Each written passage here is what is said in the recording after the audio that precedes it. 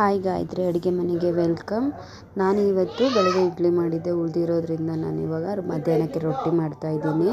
ತುಂಬ ಉಳಿದಿತ್ತು, ಹಾಗಾಗಿ ತುಂಬ ಚೆನ್ನಾಗಿರುತ್ತೆ, ತುಂಬ ಮೃದುವಾಗೂ ಬರುತ್ತೆ.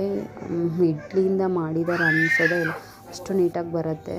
ನಾನು ಇಡ್ಲಿನ ಎಲ್ಲ ಈ ಥರ ಮ್ಯಾಶ್ ಮಾಡ್ಕೊತಾ ಇದ್ದೀನಿ. ಒಂದು ಅರ್ಧ ಕಪ್ಪಷ್ಟು ಅಕ್ಕಿ ಹಿಟ್ಟನ್ನು ಮಿಕ್ಸ್ ಮಾಡ್ಕೊತಾ ಇದ್ದೀನಿ. ಇದಕ್ಕೆ ಸ್ವಲ್ಪ ಎಣ್ಣೆ ಹಾಕ್ಕೊಂಡು ಕೂಡ ನಾದ್ಕೊತೀನಿ, ಕೈಗೆಲ್ಲ ಅಂಟಬಾರ್ದು ಅಂತ ಹೇಳ್ಬಿಟ್ಟು. ನಾವು ನಾರ್ಮಲಾಗಿ ಅಕ್ಕಿ ರೊಟ್ಟಿ ಹೇಗೆ ನಾದ್ಕೊತೀವೋ ಹಾಗೆ ಮಾಡಿಕೊಂಡ್ರೆ ಸಾಕು.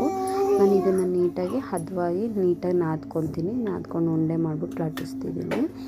ತುಂಬ ಸಾಫ್ಟಾಗಿ ಬರುತ್ತೆ. ಇದು ಮಣೆಗಾಗಲಿ ಲಟ್ಟಣಿಗೆಗಾಗಲಿ ಸ್ವಲ್ಪ ಕೂಡ ಅಂಟಲ್ಲ. ನನ್ನ ಮಗ ಸ್ವಲ್ಪ ಕಿರಿಕಿರಿ ಮಾಡ್ತಾಯಿದ್ದಾನೆ ನೋಡಿ, ಎಷ್ಟು ನೀಟಾಗಿ ಬಂದಿದೆ ಅಂತ ಹೇಳ್ಬಿಟ್ಟು. ಇದು ಬಿಸಿ ಮಾಡೋಕ್ಕೆ ಇಟ್ಟಿದ್ನಲ್ಲ, ಆ ತವಕ್ಕೆ ನಾನು ಸ್ವಲ್ಪ ಎಣ್ಣೆ ಹಚ್ಚಿದೆ. ಯಾಕಂದರೆ ಅದು ಹಿಟ್ಟೆಲ್ಲ ಉದುರಿದಾಗ ಕಪ್ಪಾಗಿಬಿಡುತ್ತೆ, ಮತ್ತು ಅದು ರೊಟ್ಟಿ ಎಲ್ಲ ಸೀದಿದ ಥರ ಒಂಥರ ಕಪ್ಪು ಬೇರೆ ಥರನೇ ಕಾಣುತ್ತೆ. ನಾವು ಎಣ್ಣೆ ಹಚ್ಚಿರೋದ್ರಿಂದ ಏನೂ ಕೂಡ ಆಗೋಲ್ಲ. ನಾನು ರೊಟ್ಟಿ ಹಾಕ್ಬಿಟ್ಟು ಮೇಲ್ಗಡೆ ಎಣ್ಣೆನ ಸವರ್ಕೊತಾ ಇದ್ದೀನಿ. ನೋಡಿ ಎಷ್ಟು ನೀಟಾಗಿ ಉಪ್ಕೊಂಡು ಬರ್ತಾಯಿದೆ, ತುಂಬ ಚೆನ್ನಾಗಿ ಬರುತ್ತೆ. ಒಂದು ಸಲ ಟ್ರೈ ಮಾಡಿ ನೋಡಿ. ಸುಮ್ಮನೆ ಬಿಸಾಕೋ ಬದಲು ಈ ಥರ ಹೆಲ್ಪ್ ಆಗುತ್ತೆ ಇಡ್ಲಿ ಉಳಿದ್ರೆ. ನೋಡಿ ಎಷ್ಟು ನೀಟಾಗಿ ಬಂದಿದೆ. ಇಷ್ಟ ಆಗುತ್ತೆ ನಿಮಗೂ ಕೂಡ. ಹಾಗೆ ಲೈಕ್ ಮಾಡೋದು, ಸಬ್ಸ್ಕ್ರೈಬ್ ಆಗೋದು ಮರಿಬೇಡಿ. ಈಗ ಆಗಿದೆ ನೋಡಿ. ಇದು ನಾನು ಹಾಗೆ ಒಂದು 2-3 ಲಟ್ಟಿಸ್ಕೊತಾ ಇದ್ದೀನಿ. ನನಗೆ ಇದು ಒಂದು 12 ಇಡ್ಲಿ ಉಳಿದಿತ್ತು. ನಾನು ಒಂದು 8 ರೊಟ್ಟಿ ಆಗಿದೆ ಇದರಲ್ಲಿ. ತುಂಬ ಚೆನ್ನಾಗಿ ಬರುತ್ತೆ. ಒಂದು ಸ್ವಲ್ಪ ಕೂಡ ಅಂಟಲ್ಲ, ಗಟ್ಟಿ ಕೂಡ ಆಗಲ್ಲ. ತಿನ್ನೋಕ್ಕೆ ತುಂಬ ಸಾಫ್ಟ್ ಅನಿಸುತ್ತೆ.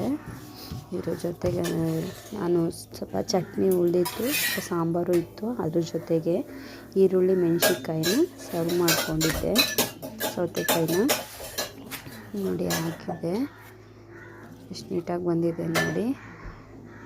ನೀವು ಉಪ್ಪಿಟ್ಟು ಮಾಡ್ತೀರಲ್ವ, ಇದು ಹಿಟ್ಟು ಇಡ್ಲಿಯಿಂದ ಉಪ್ಪಿಟ್ಟು ಮಾಡಿದರೆ ಅದು ಹುಳಿ ಅಂಶ ಎಲ್ಲ ಬಂದಿರುತ್ತೆ. ಹಾಗಾಗಿ ಅದು ಉಪ್ಪಿಟ್ಟು ಹುಳಿ ಥರನೇ ಫೀಲ್ ಆಗುತ್ತೆ.